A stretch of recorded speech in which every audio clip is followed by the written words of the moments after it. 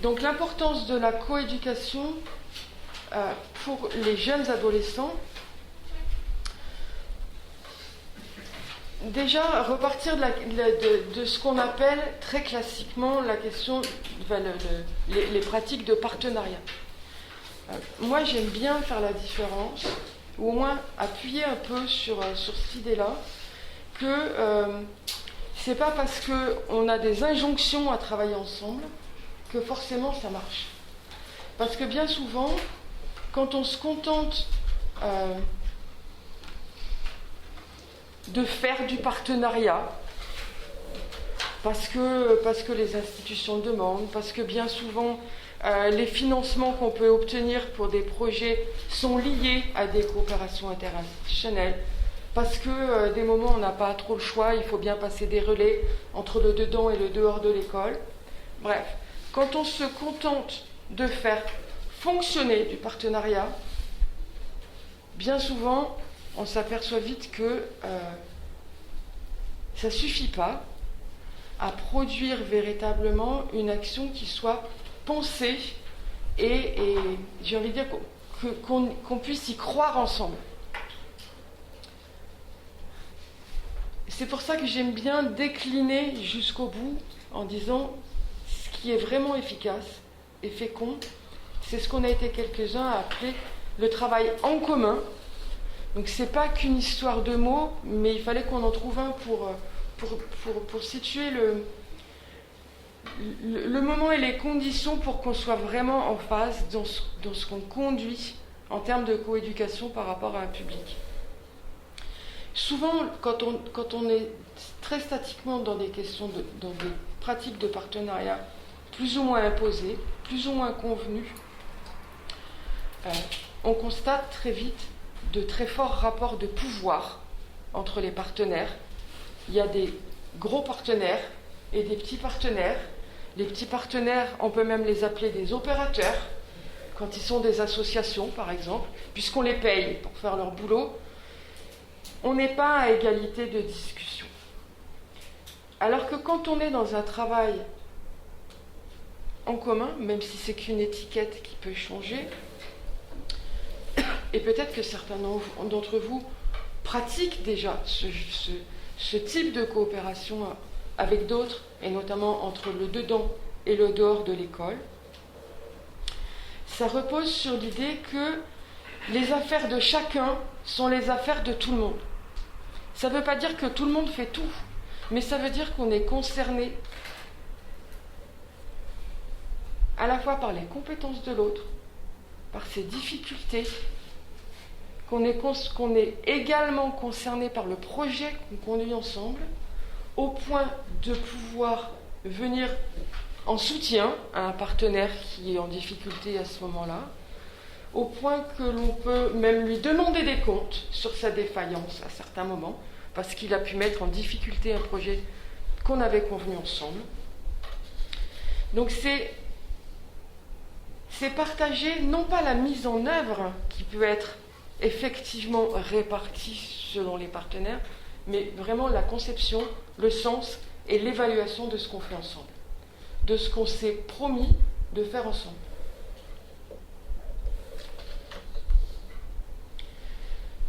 Les limites du partenariat statique, c'est aussi que l'on peut rapidement se trouver dans une gestion de passage de relais. À 16h30, tu viens les récupérer. À 18h30, on en fait autre chose. Moi, je suis là pendant les congés, etc. On est plus dans de la gestion de planning que véritablement, ou d'ajustement de compétences, que dans penser une action ensemble. L'exemple de la MJC où on envoie les jeunes pour aller faire des travaux d'intérêt généraux, c'est exactement ça. Quand est-ce qu'on a pensé l'intelligence collective de sortir les gamins du collège pour aller leur faire de la peinture ou du ménage à la MJC? Quand est-ce que ça a été réfléchi ensemble? Comment est-ce qu'on a pensé la place des uns et des autres, les compétences des uns et des autres, et comment est-ce qu'on évalue après, collectivement, si ça a marché ou pas?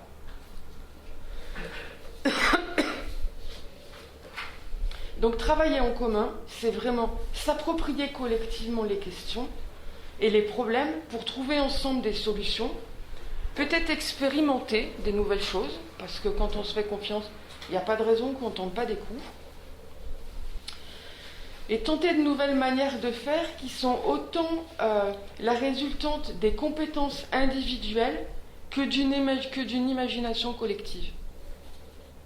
Donc ce travail en commun, de mon point de vue, il est particulièrement important, pas que moi, puisque Frédéric Jésus l'a dit ce matin, et que si vous êtes là aujourd'hui, c'est pas pour rien. Si les collègues de l'IREPS ont choisi la thématique, c'est pas pour rien non plus. Particulièrement important à tenir pour les jeunes adolescents. En gros, les années collège, 11-14. Pour plusieurs raisons. J'en ai listé quelques-unes. La première, c'est faciliter le lien et la compréhension entre le dedans et le dehors de l'école. Puisqu'effectivement, on l'a dit, en maternelle, les parents sont très présents, en classe élémentaire, un peu moins, et au collège, ils restent à la barrière, quand encore ils viennent jusqu'à la barrière. Ils sont invités, convoqués à des réunions qui sont très cadrées, réunions de rentrée, grand-messe avec tout le monde, réunions parents-profs, etc.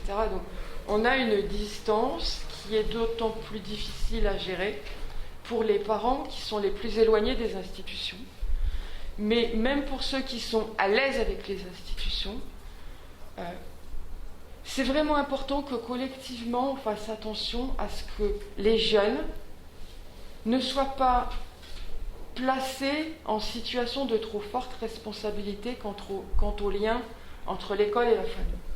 C'est-à-dire quand c'est eux qui répercutent les consignes d'un côté et à l'autre, qui peuvent excuser leurs parents à certains endroits, qui peuvent donner ou non les mots à signer, c'est une facilité, puisqu'effectivement, ils sont là tous les jours, mais en même temps, ça les expose énormément, parce que du coup, c'est eux qui portent la responsabilité de la communication entre les coéducateurs, et notamment entre les parents et l'institution. Et c'est, par rapport à la scolarité, c'est vraiment important, aussi parce que pendant les années collège, je travaille des questions et sont à l'œuvre des mouvements qui peuvent avoir des impacts très forts sur leur avenir en termes de décrochage scolaire, parce qu'on sait qu'ils décrochent quand ils sentent les 16 ans arriver, mais que le désinvestissement et le désintérêt scolaire, ils germent beaucoup plus tôt, et que si on les laisse seuls juges de est-ce qu'ils se sentent bien au collège ou pas bien au collège, souvent il nous manque des informations. Des questions lourdes aussi par rapport à l'orientation, parce qu'en fin de troisième, il y a des choses qui arrivent, et ces choses qui arrivent là, elles se sont elles aussi tissées depuis bien plus tôt. Oui, je voulais savoir si cet espace citoyen, qui est particulier à leur âge, n'est pas quelque chose qui les valorise. C'est un espace citoyen, le fait d'être un intermédiaire entre l'institution et puis, ses parents. Ça retourne, ils ont passé l'école maternelle et l'école primaire, où la logique était, le parent était présent et interprétait après, traduisait à l'enfant. Et là, par exemple au collège, il y a davantage justement de jeunes qui traduisent nos parents. Oui. Qui disent non mais toi t'es au collège, enfin, est-ce que c'est pas valorisant malgré tout cette position? C'est pas contradictoire qu'ils puissent être valorisés dans ce qu'ils savent faire, dans ce qu'ils se sentent faire, c'est une chose. Qu'on leur laisse l'exclusive responsabilité de ça, c'est dangereux pour eux. C'est pas une première expérimentation citoyenne qui peut être valorisée pour eux. Vous allez m'emmener loin là. Moi je regarde ma montre. Non, c'est pas grave. Non, mais vous avez raison. C'est à la fois quelque chose qui est très important pour eux, de se retrouver le porte-parole ou le facteur ou ce qu'on veut entre le collège et la famille. Moi je pense que c'est dangereux de les laisser seuls responsables de ça, parce qu'eux-mêmes sont des filtres. Et des filtres dont ils ne perçoivent même pas les ressorts. Il y a des choses qui peuvent leur paraître pas graves. Oui, mais c'est de la responsabilité à la fois de l'institution oui. et des personnes qui sont dans l'institution, oui. de ne pas non plus prendre de relativiser par rapport à leur âge. C'est oui. La responsabilité de l'adulte aussi de voir, à la fois du parent, de dire oui, bah, tu me dis ça, les profs, t'es un bon, machin, ok. Mais c'est à nous aussi de rester adultes et de laisser les enfants rester enfants aussi. En même temps, quand ils ont 13 ans, on n'est jamais à l'abri d'un mot qui reste au fond du tiroir, du cartable. De plusieurs. Est-ce que c'est si grave que ça Après, la gravité des conséquences, elle est aussi elle relève aussi de la manière dont les enseignants, l'établissement scolaire et la famille va pouvoir s'en saisir. Donc, le travail en commun vraiment important pour ces années collège, c'est aussi parce que c'est une période où ils ont besoin de s'affranchir du regard des parents et que si les parents ne gardent pas, ne conservent pas, ne construisent pas de relais autres avec les établissements scolaires, on les prive de liberté, ces jeunes-là. Ils ont à la fois besoin de s'affranchir, mais en même temps, il ne faut pas qu'on leur laisse que du vide.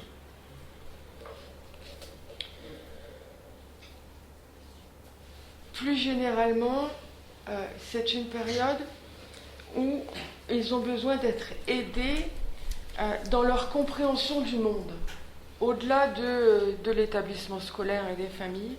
C'est une période où, comme le disait Frédéric Jésus, ils revisitent leur histoire personnelle et familiale, où ils explorent ce que cette histoire-là leur permet, en quoi est-ce qu'elle les limite.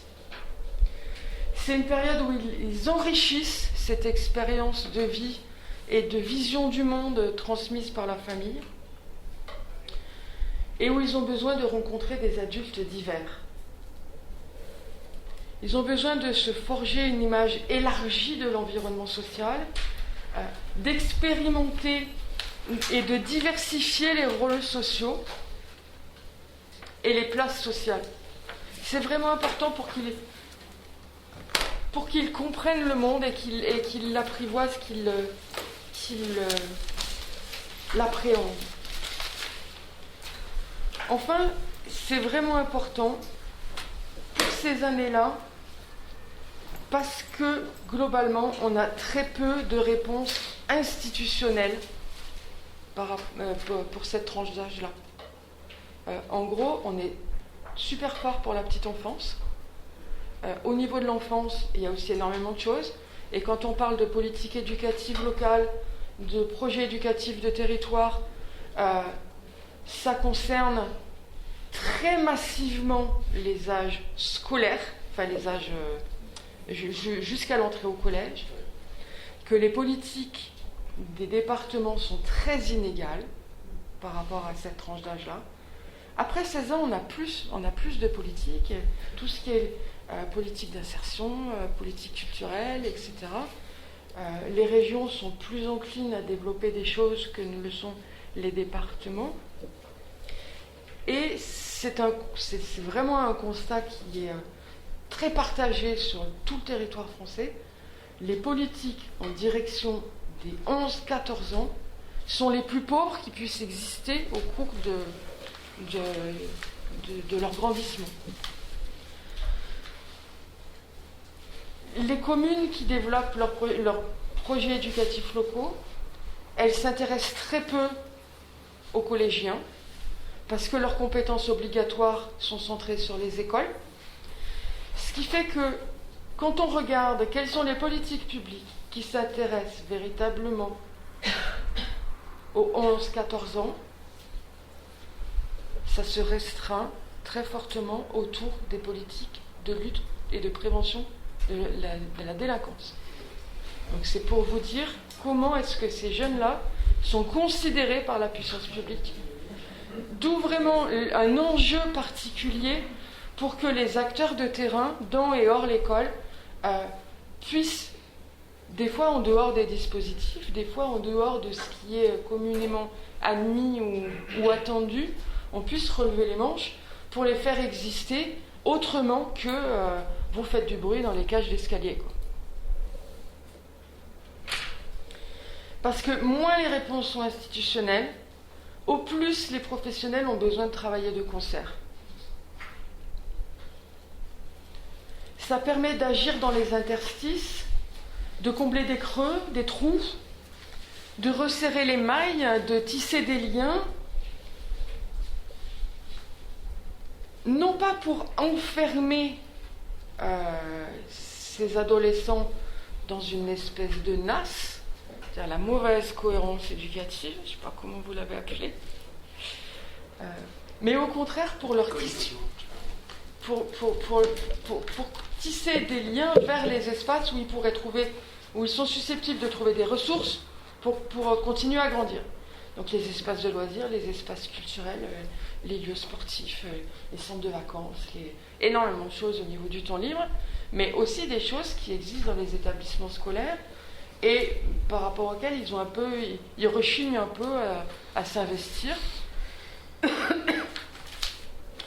Voilà, c'est vraiment important s'il y a une tranche d'âge avec laquelle il y a franchement besoin qu'on fasse un effort en termes de coéducation, c'est cette tranche d'âge-là. Je vous l'accorde, c'est pas la plus facile, parce que justement on n'a pas de soutien institutionnel, mais c'est là où le travail il est le plus nécessaire. Alors le deuxième point, c'est situer les difficultés à construire des collectifs éducatifs, des collectifs plurimétiers.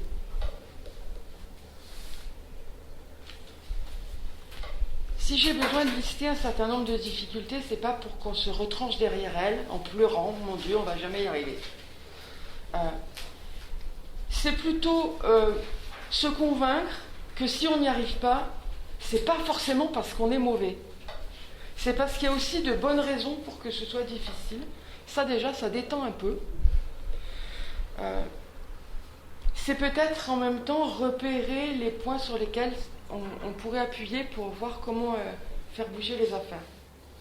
Alors, où se nichent les principales difficultés ? Vous l'avez tous constaté,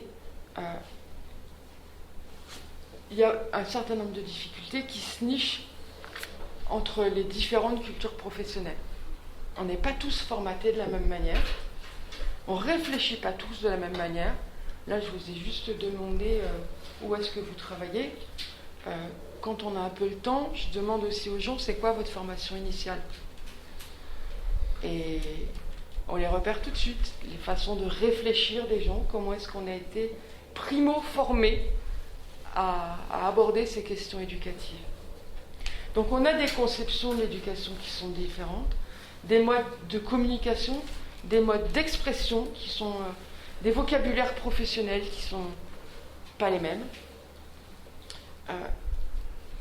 Je me souviens au début, j'avais travaillé sur les programmes de réussite éducative, dont Adélaïde vous parlera cet après-midi. Des professionnels parlaient d'enfants en difficulté en disant on va faire des signalements à la réussite éducative. Et le mot signalement, les travailleurs sociaux du département, ils étaient fous dingues, quoi. Ils ont dit mais ça vous appartient pas, c'est à nous, ça correspond à quelque chose qui est légiféré, on ne peut pas dire qu'on fait du signalement à n'importe qui. Et ils avaient raison. On utilisait un mot qui n'était pas le bon. Donc du coup, maintenant, on parle plutôt de saisine ou de repérage de situation. Enfin voilà, il y a eu des ajustements. Mais pour vous dire que rien que sur les vocabulaires, il y a des choses qui peuvent être des fois assez compliquées à gérer. Vous avez fait exprès d'utiliser signalement ou c'était du hasard ? Non, au début, c'est vrai moi j'entendais ça, mais parce que quand on a démarré dans les PRE, on était des espèces de professionnels au milieu de plein de trucs, donc on a fait d'autres erreurs. Moi je parlais d'exclusion préventive. Quand j'ai dit ça à l'éducation nationale, j'ai failli mourir 3 fois, au moins. Parce que ça n'existe pas comme mot. Vous disiez exclusion préventive. Ah oui, oui. Quand on faisait des mesures qui existaient, il n'y avait pas les mesures conservatoires, ce genre de choses à l'époque. Donc on faisait de la prévention en excluant, mais c'était pas possible. L'éducation nationale ne pouvait pas comprendre à ce moment-là. Et du coup, on a dû changer notre curseur de terminologie. En fait. Comme le signalement, on a complètement changé. J'avais. Donc c'était pas fait exprès. Mais du coup, c'était d'autant plus efficace dans la rubrique conflit que c'était pas fait exprès. Voilà.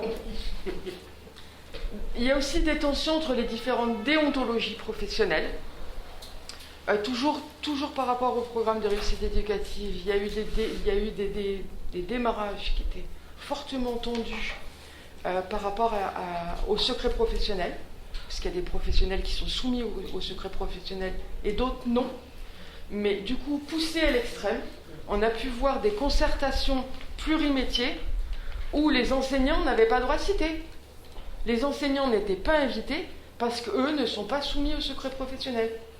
Donc voilà, il y a des choses qui demandent, qui rendent les coopérations difficiles. C'est pas insurmontable, mais de ce côté-là, on n'est pas aidé. Il y a aussi des difficultés entre les différentes des décalages de culture professionnelle entre les générations de professionnels. Alors vous prenez 2 assistantes sociales, 2 CESF, 2 enseignants, entre un qui sort de l'école et l'autre qui est bientôt à la retraite. Alors au milieu, vous avez toutes les nuances, hein, mais on ne réfléchit pas pareil, et c'est normal. Mais c'est vraiment important qu'on l'ait en tête, parce qu'autrement, on s'acharne à faire avancer des choses qui ne peuvent pas avancer, enfin du moins pas frontalement. On peut penser qu'on n'est pas bien, ou que l'autre il nous aime pas, alors que il n'y a rien de tout ça, c'est juste qu'on a 30 ans de décalage dans la vie professionnelle et que ça joue énormément. C'est presque naturel finalement. Comment ? C'est naturel finalement. Mais bien sûr, mais ça c'est très peu pris en considération. Quand on dit on va faire du partenariat, il faut la S de machin, il faut l'animateur truc, etc. Moi j'avais été stupéfaite de voir comment est-ce que dans les programmes de réussite éducative, les principaux de collège avaient un poids considérable. Donc bien sûr ils sont de l'éducation nationale, bien sûr, etc. Mais en même temps ils sont tous en fin de carrière quasi. Donc ils ont une aisance d'argumentaire, une compétence politique, entre guillemets, pour manier les débats, que les cordeaux de réussite éducative qui étaient tous sur des CDD, tous en début de carrière, ils ne faisaient pas le point. Mais c'était pas... Il y avait une question institutionnelle, mais il y avait pour beaucoup des questions générationnelles. Et ça n'a jamais été ou très très peu perçu. Mais quelle est la place du contrôle des actions qui sont menées et de la visibilité pour la société des actions et la valorisation du travail de terrain en termes de communication? De quel travail de terrain? Parce que les actions qui sont menées sur le terrain, qu'elles sont éducatives, l'ensemble des actions. Oui. Quelle est la place de la transmission, justement, la transmission entre les générations, la difficulté de transmission entre les générations de l'information n'est-elle pas le reflet de la difficulté à parler de ces actions à la société, à communiquer pour favoriser l'adhésion et l'adhésion aux projets qui sont... Je vais vous faire une réponse que je n'ai pas préparée, hein. Mais je pense que c'est quelque chose qui est partagé dans tous les milieux professionnels et tous les milieux sociaux. Ces histoires de transmission qui sont mal orchestrées ou pas orchestrées du tout, pas pensées, et que ça se double d'une difficulté, ça j'avais prévu de l'aborder plus loin, de tous les professionnels de l'éducation et du travail social à parler de leur propre métier. Parce que quand vous parlez de l'éducation dans les journaux, à la télé, on vous dit il y a le ministre de l'Éducation, on vous dit que c'est l'école, on vous dit que... Mais tout ce qui se passe en termes éducatifs, au-delà et autour de l'école, on en parle très très très très peu. Parce qu'il y a une nécessité industrielle, mais cette dimension artisanale, oui, ça laisse quand même la place à de l'artisanat et à une visibilité sur cet artisanat. Oui, mais elle est collectivement très peu empoignée. Et quand je dis collectivement, c'est à la fois par la recherche, parce que quand vous allez vous promener dans les rayons des universités, des bibliothèques universitaires, et vous cherchez sciences de l'éducation, et à 98% c'est les sciences de l'école, et les 2% pour le reste. La gestion, Voilà, donc il y a, Cycling, c'est collectivement, mais c'est aussi les professionnels du travail social. On a énormément de scrupules à parler de ce qu'on fait et de ce qui est beau et de est-ce que ça produit ou pas. Et les journalistes, eux, ils n'ont aucune culture de tout ça, donc on peut leur raconter n'importe quoi et ils le mettent au journal des 20h. Je vous la fais courte, mais... Oui, donc ça c'est la dimension industrielle de la consommation. Faut que j'avance là. Excusez-moi. Alors on a aussi des soucis d'agenda, mais ça tout le monde l'aura vu, hein, entre le dedans et le dehors de l'école. Par définition, quand les uns sont disponibles, les autres ils sont en présence des enfants, donc c'est souvent compliqué. Il y a quelque chose qui est très fort, c'est un clivage très fort, c'est entre les professionnels qui partagent le quotidien des enfants et des familles et ceux qui en sont protégés. C'est-à-dire qu'à certains moments, un éduc dans un foyer, il va mieux se comprendre avec un enseignant de base qui va se comprendre avec son propre supérieur hiérarchique. Je suis totalement d'accord avec vous. Voilà. Non mais c'est pour dire que les clivages ne sont pas tous forcément entre le dedans et le dehors de l'école. Il y a aussi des choses qui traversent. Et le partage du quotidien, souvent on dit mais tu sais pas de quoi tu parles. Tu sais pas de quoi tu parles, est-ce qu'on a ou non les mains dans le cambouis? Des professionnels qui peuvent être d'institutions différentes auront des facilités de communication et des points de repère partagés souvent plus facilement qu'avec leur supérieur hiérarchique. Alors ça dépend de comment sont construites chacune des institutions. Hein. Parce qu'il y a des institutions où les cadres ils viennent tous du terrain, où ils savent à peu près, où ils sont encore pas trop pollués par les injonctions gestionnaires, etc. Voilà. Mais dans l'éducation nationale, c'est pareil. On voit arriver des cadres qui n'ont jamais touché un gamin, qui n'ont jamais pratiqué la classe. Ceux-là, ils ont vraiment du mal. Hein.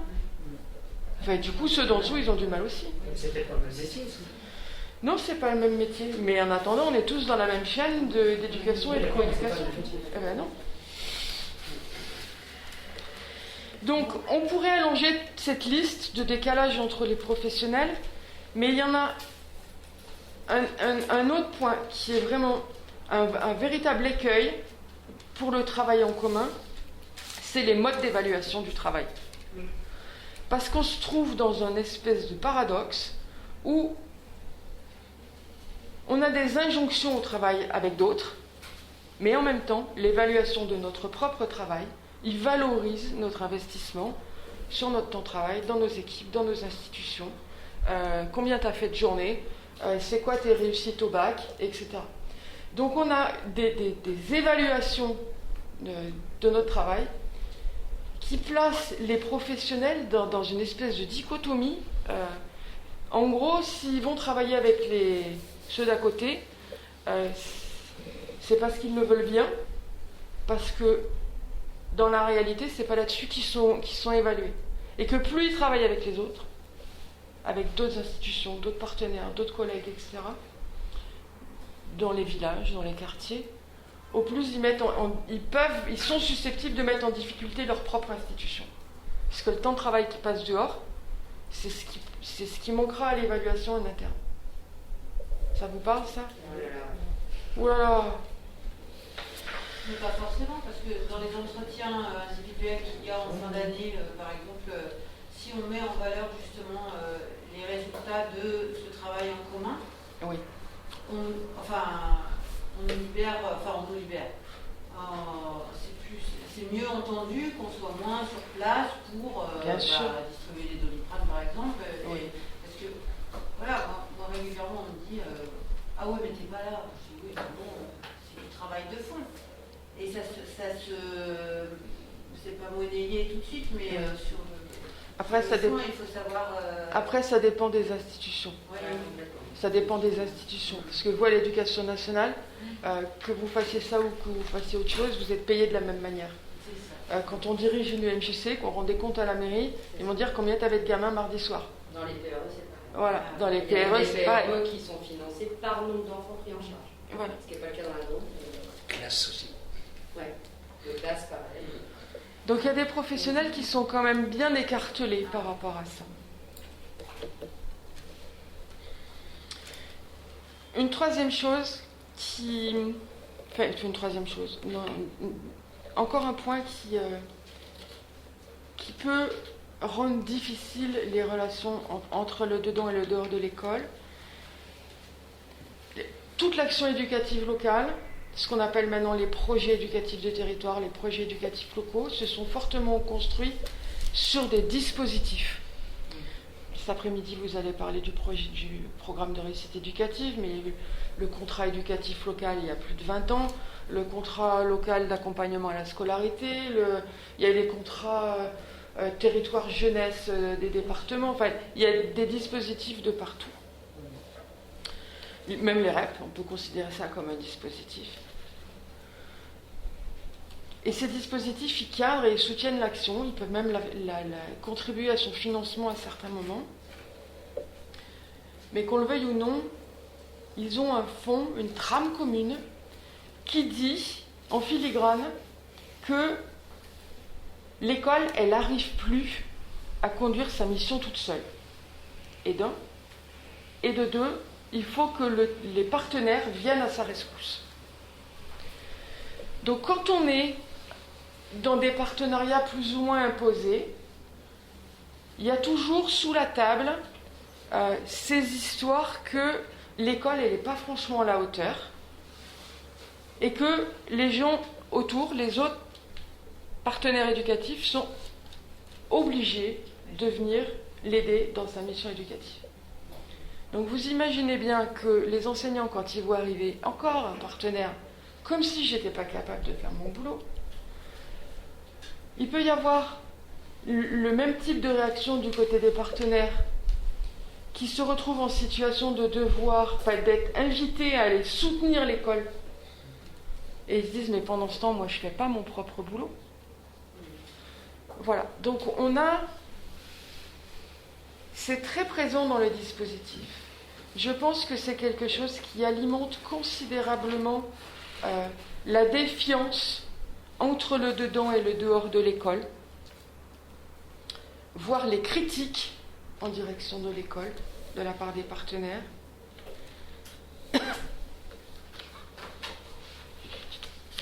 Et que si on n'en a pas conscience, on a vite pris la pente glissante de l'école, elle n'est pas bonne. Et les exemples, on en a tout le temps. Mais c'est vraiment important de comprendre que cette critique de l'école,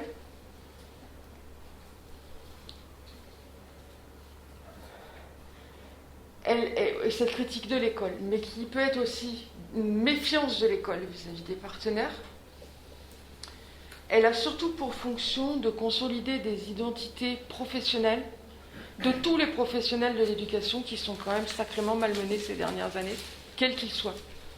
C'est-à-dire, quand on dit que c'est mal repéré, les animateurs, vous ne savez pas ce qu'ils font, c'est toujours des gens, on ne sait pas trop ce qu'ils font, on va les chercher quand il y a besoin.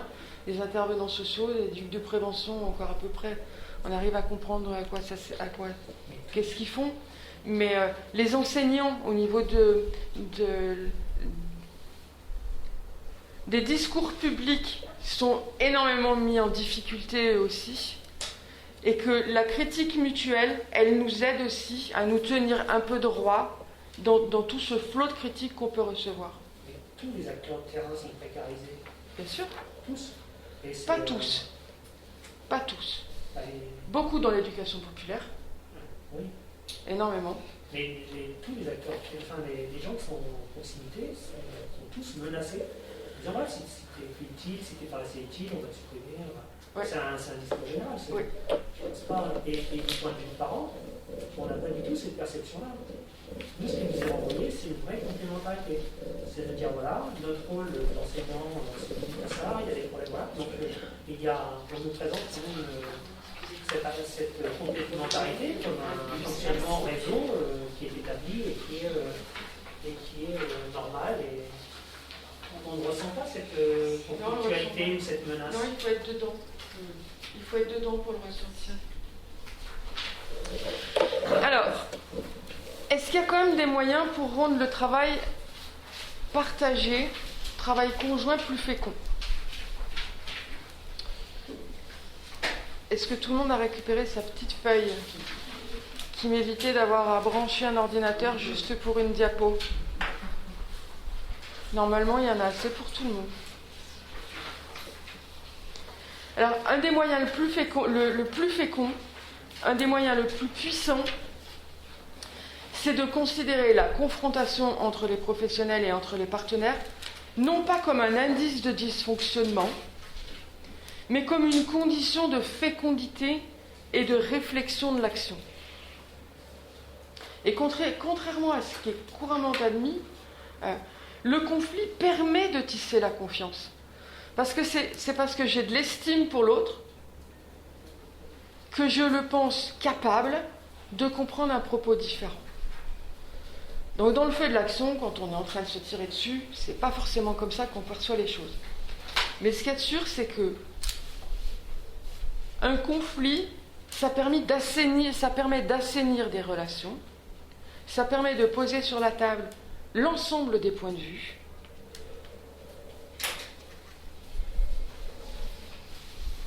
Et il ne s'agit pas de débattre dans l'absolu. Parce que si on vous pose une question, là, est-ce que c'est bien ou pas bien d'avoir des relations avec les parents autour de la table, ou que penser de l'éducation au risque, on n'est pas prêt d'être d'accord ou de ne pas être d'accord. Enfin, ça va être assez facile. Mais dans le feu de l'action, comment est-ce qu'on porte un regard conjoint sur ce que l'on a fait ensemble? On s'est dit qu'on allait faire ça, et finalement, t'étais pas là à l'heure, ou au contraire, là où on a eu une belle surprise, lui, je l'ai découvert. Comment est-ce que on se rencontre et on se rend compte ensemble, et on se rend des comptes ensemble sur ce qu'on a fait ensemble? Je vous ai distribué, vous êtes distribué tout seul, il faut être honnête, un petit schéma qui est issu d'une recherche que j'ai conduite, où je demandais aux gens, c'était des professionnels de l'éducation, il y avait très peu d'enseignants, il y avait surtout des partenaires qui travaillent dans le cadre des politiques éducatives locales. Donc sur 634 réponses, de tout un tas de coordonnateurs, d'animateurs, de rue, d'éducateurs, de tous les gens qui font de l'accompagnement à la scolarité, etc., je leur disais, dans les réunions avec les partenaires, quels sont les sujets qui vous apparaissent les plus conflictuels? Et je leur faisais une proposition, une liste, là, celle que vous avez. Et dans une deuxième question, je leur demandais quels sont les sujets, avec la même liste, qui vous paraissent les plus consensuels. Une fois qu'on détaille, qu'on dépouille toutes les réponses, on s'aperçoit que les objets de conflit portent sur la caisse à outils de la coéducation, c'est-à-dire les aspects budgétaires, la répartition des missions, la déontologie, le fonctionnement du partenariat, etc. Et on constate, à contrario, que les objets qui sont plutôt consensuels, c'est-à-dire qui ne prêtent pas à conflit entre partenaires, sont les publics à prendre en compte, la nature des actions à mettre en œuvre, les valeurs et les fondements éducatifs, les attitudes éducatives à adopter avec les enfants et les jeunes. Quand j'ai trouvé ça, j'étais quand même un peu stupéfaite. D'une certaine manière, c'était rassurant en disant, bon, les gens, ils se disputent sur des broutilles, mais au fond, ils sont d'accord sur le fond des choses. Et puis quand j'ai engagé les entretiens, j'en ai conduit 50, des entretiens derrière, avec des professionnels qui avaient répondu à cette enquête-là, en fait, j'ai découvert que les sujets qui apparaissaient comme consensuels à la fin de l'enquête statistique, en fait, c'est parce qu'on n'en parlait jamais. Donc, forcément, tout le monde est d'accord puisqu'on ne les aborde pas, ces problèmes. Comment est-ce qu'on se comporte pédagogiquement avec un gamin, voilà, est-ce qu'on l'envoie faire de la peinture, comment est-ce qu'on lui parle, est-ce qu'on invite ses parents, est-ce que c'est 3 jours, 2 jours, etc. On n'en parle pas. Des actes, des attitudes éducatives, on n'en parle jamais. Alors que... Vous ne parlez pas de votre métier. Comment? Vous ne parlez pas ensemble de votre métier.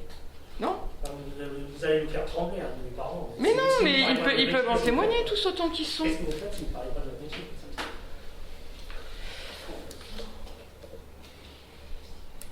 J'ai aussi analysé 1300 ordres du jour de réunion des professionnels. Ils étaient 600 à répondre. Dernière réunion d'équipe, dernière réunion avec des partenaires, dernière réunion avec les élus ou les supérieurs, je ne sais pas quoi. Sur 1300 ordres du jour de réunion, il n'y en a que 14% qui mentionnent un sujet réellement éducatif. Ça fait peur, hein? Par exemple, l'ambiance au local des jeunes, ça fait l'objet d'un point d'ordre du jour. Dysfonctionnement au foyer socio-éducatif du collège, ou encore contenu de la formation des vacataires. Voilà. Autrement, c'est rendu des comptes, dispositif, budget, préparation, bilan, des choses administratives. On comprend mieux pourquoi ça ne marche pas. Non, mais c'est pas pour vous faire peur, c'est pour montrer, où est-ce qu'on a des marges de manœuvre. 14% de travail, c'est le rendement. Oui, mais en impôt, c'est intéressant. Ils n'en sont pas responsables. 76% de pertes. Oui, mais ils n'en sont pas responsables, c'est aussi ça qu'on leur demande. D'accord. Je vois arriver moins le quart, donc il faut que j'écourte. Oui, non, mais ça va bien se passer. Ça, j'en ai déjà un peu abordé. Il y a une question. Mais est-ce que ça n'interroge pas plutôt le fait de est-ce que ces professionnels ont le temps de se rencontrer si finalement, à chaque fois qu'ils se retrouvent, c'est uniquement de la logistique qui doivent traiter? Oui. Parce que finalement, et ça interroge aussi du coup la solitude de chaque professionnel. Tout à fait. Institution. Tout à fait. Mais ça interroge beaucoup la difficulté des professionnels eux-mêmes à rentrer en relation avec les autres ou à accéder à ces réunions dites de concertation. Parce qu'en fait, ils ont l'impression d'être dans la réunionnite et de perdre leur temps. Quelle est la place des syndicats? Je laisserai répondre. Il y a très peu de syndicats dans... Est-ce que c'est pas pour ça qu'il y a autant de problèmes? Peut-être. Si l'expression est individuelle, elle sera entendue. Mais du coup, si je vous donne ces chiffres-là, c'est pas pour vous assommer. C'est pour, au contraire, vous encourager à relever les manches pour exiger qu'on parle d'éducation dans ces rencontres de partenaires. Parce que notre métier, il est quand même là. Enfin, faut pas rigoler, quoi. Si on va discuter avec les autres, c'est pas pour savoir à quelle heure est-ce qu'il faut rendre tel dossier. Mais du coup, dans ces moments de solitude un peu... Oui. Qui impulse une rencontre, quoi. Enfin, en sortant d'école d'assistante sociale, on parlait beaucoup du travail, de l'ISIC, de l'intervention sociale, d'intérêt collectif, des partenariats, etc. Mais sur le terrain, c'est pas... Même si on a envie, c'est compliqué de prendre son bâton de pèlerin et dire bon, je vais faire du collectif, je vais appeler les partenaires, etc. par rapport à tous les freins que vous avez soulevés, mais relever les manches, quand, où, comment, qui veut impulser? Est-ce que c'est des politiques? Là, je vais vous tranquilliser, quand on sort de l'école, c'est très compliqué. Donc, oui. Non, mais ça veut dire qu'il faut arriver, c'est pas frontalement que vous allez y arriver, c'est en passant par la bande et en essayant de convaincre un chef de projet, un coordonnateur de quelque chose, etc. Disant moi je suis prêt quand tu veux, ou on a ça qui marche, est-ce qu'on pourrait pas le faire grandir? Voilà, c'est vraiment en y allant doucement. Après, il y a des fonctions professionnelles pour lesquelles c'est plus... Ils sont quand même mieux placés pour, quoi. Et effectivement, les élus, ils seraient franchement bien placés. Ouais. L'expérience que j'ai, je m'excuse, c'est d'avoir, dans le cadre de mes activités de consultant, pour accompagner les villes dans l'élaboration de leurs projets éducatifs de territoire, d'avoir pu animer des réunions de quartier où étaient représentés les parents, les enseignants, les animateurs, les associations et d'autres partenaires extérieurs, le soir, où on abordait effectivement la question du pourquoi, et donc ensuite celle du comment, dans cet ordre-là. Tandis que là, ce que vous avez mis en évidence, c'est que ça peut se coincer sur le comment et on n'a plus le temps ou la citation apparaît du pourquoi. Et que du coup, c'était des questions vraiment politiques. Bien sûr. Et les élus locaux, et notamment le maire, étaient légitimes pour porter ces débats, avec l'inconvénient que vous avez souligné quand j'ai rejoint la réunion, parce que je tourne un petit peu dans les ateliers, l'inconvénient que, quand même, jusqu'à présent, on y parle encore assez peu, les adolescents. Et les temps libres, les ados, etc. Mais déjà, la démarche de débat politique où on s'intéresse aux finalités du projet éducatif, elles sont légitimement portées par des élus, Tout à fait. dès lors qu'il n'y a pas de manipulation, d'instrumentalisation. Moi, juste, Et qu'en plus, la démarche associe aussi des jeunes. C'est-à-dire que dès lors qu'on met en place des groupes d'enfants et de jeunes, la qualité du débat éducatif remonte d'un cran. Si les débats sont bien animés avec les enfants et les moi, jeunes. je voulais juste dire que finalement, avec le respect que j'ai pour vous, ces chiffres, ils ne m'étonnent pas, moi. J'ai pas dit Non, mais moi, je le dis. que j'avais inventé. Hein. J'ai l'impression qu'on découvre, après, effectivement, vous parlez des générations, ça fait peut-être aussi une petite vingtaine d'années que j'y bosse. Mais les gens qui ne sont pas dans notre, les personnes qui ne sont pas dans notre secteur, des amis à nous, quand on a une mauvaise image, c'est une réalité, il faut le dire. C'est-à-dire que vous brassez du vent, vous faites rien, etc. C'est dur à dire, mais c'est une réalité, pas une réalité qu'on brasse du vent, c'est une réalité qu'il y a ces échos. Et on est aussi connu pour faire 8 à 9 réunions dans la semaine. On est très connu pour ça. Et la fameuse phrase des éducateurs spécialisés, je fais mon autocritique, c'est on s'en reparle, on s'en reparle, on s'en reparle. Moi, ça fait 17 ans que j'entends on s'en reparle. Et finalement, voilà, j'espère ne heurter personne, mais c'est une réalité aussi. Hein. Je ne dis pas qu'on brasse du vent, Non, mais des fois, j'ai l'impression de brasser du vent. Dans oui, le métier. mais Les formations comme aujourd'hui, c'est fait aussi pour provoquer un peu. Hein. J'espère que je vexe personne, mais on est là aussi pour pointer un peu ce qui va ou ce qui ne va pas. Je dis, voilà, on s'en reparle. Des fois, enfin, on est au mois de juin, dans l'institution où je travaille. On a commencé à évoquer un truc au mois de septembre, on est au mois de juin. On a une réunion de service tous les mardis, c'est depuis septembre, on s'en reparle et on n'a pas pris de position. Quoi. Excusez-moi, moi, si vous êtes prêts à rester jusque 13h, ça ne me pose pas de souci de reprendre des questions. Mais ça va C'est faire. normal qu'on soit pris par le temps comme ça, parce que c'est intéressant en même temps. Hein,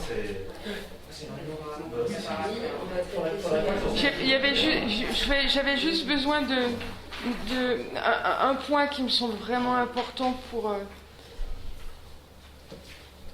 avancer sur un travail en commun au bénéfice des 11-14 ans, c'est s'entraider à faire ce qui est difficile pour chacun.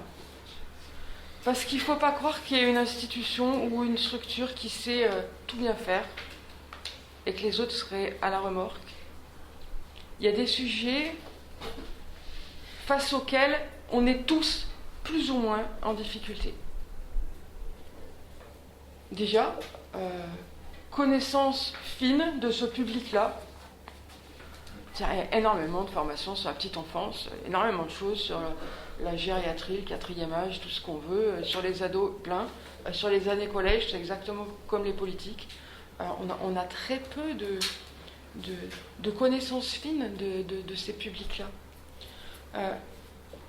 La relation à la pauvreté, qu'est-ce que ça nous fait, nous, professionnels salariés, de se retrouver face à la misère du monde, à certains moments? Ça, on en prend tous plein la figure.